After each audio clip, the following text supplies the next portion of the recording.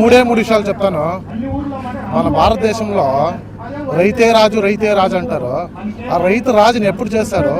ఎప్పుడు చూసినా రైతులు మాత్రంగా అడుక్కున్నా. ప్రభుత్వాలు యా ప్రభుత్వానికి పోయినా యా దేశానికి పోయినా రైతులు మాత్రంగా బిచ్చం తర అడుక్కున్నా. ఎప్పుడు రైతుకు రైట్స్ వచ్చేది? రైతు వెన్నెంకంటారు. వెన్నెంకి ఎందుకే ఎక్కుస్తారు? వీడు పంటలు పండే భూముల్ని బంగారు పండొచ్చు. ఈ భూముల్లో ప్రతి తరకారీలు అన్ని పండొచ్చు. ఇక్కడి నుంచి ఎన్ని స్టేట్లకి ఎక్స్పోర్ట్ అయ్యాలి? మీకు కన్ను కనబడతలేదా? ఏ ఎమ్మెల్యే కనబడతలేదా? సీఎంకి కనబడతలేదా? వచ్చి చూడండి. Collector where are you? మీరు వచ్చి చూడండి, పరిశీలించండి. మా భూమి బంజరు భూమి అంటే డ్రై భూమి ఎక్కడ మీద డ్రై భూమి అనేస్తారు. మా లెక్కలో డ్రై భూమి అనేసినారు. ఏం చూసే డ్రై భూమి మీరు ఒక మన విఏఓ ఉన్నారు, మా తహసీల్దార్ ఉన్నారు. మీరు కన్సల్ట్ చేస్తేనే మీ రిపోర్ట్ అక్కడ చదివిపోతుంది. ఏమై కన్సల్ట్ చేసినారు మీరు?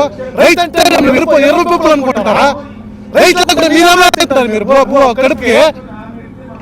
దయచేసి ఈ యొక్క ప్రపోజల్ ని రిటర్న్ తీసుకోవాలని ఇక్కడి నుంచి కేంద్ర ప్రభుత్వం కాదు, ఆ ప్రభుత్వానికైనా మా మనవి ఇదే. మా భూములు ఇచ్చేలా కాబట్టి మా ప్రాణాలు తీసుకోకుండా గొంతులు మా రైతుల గొంతులంతా కోసేసి మీ భూములు మీరు ఎత్తుకోండా, మీరు ఎయిర్పోర్ట్ అన్నా పెట్టుకోండా, లేదంటే ఎవరైనా ఇండస్ట్రియల్ అన్నా పెట్టుకోండి, ఎవరైనా పెట్టుకోండి. ఎవరైనా ఇండస్ట్రియల్ మా వాళ్ళు పనిచేసేవాళ్ళు.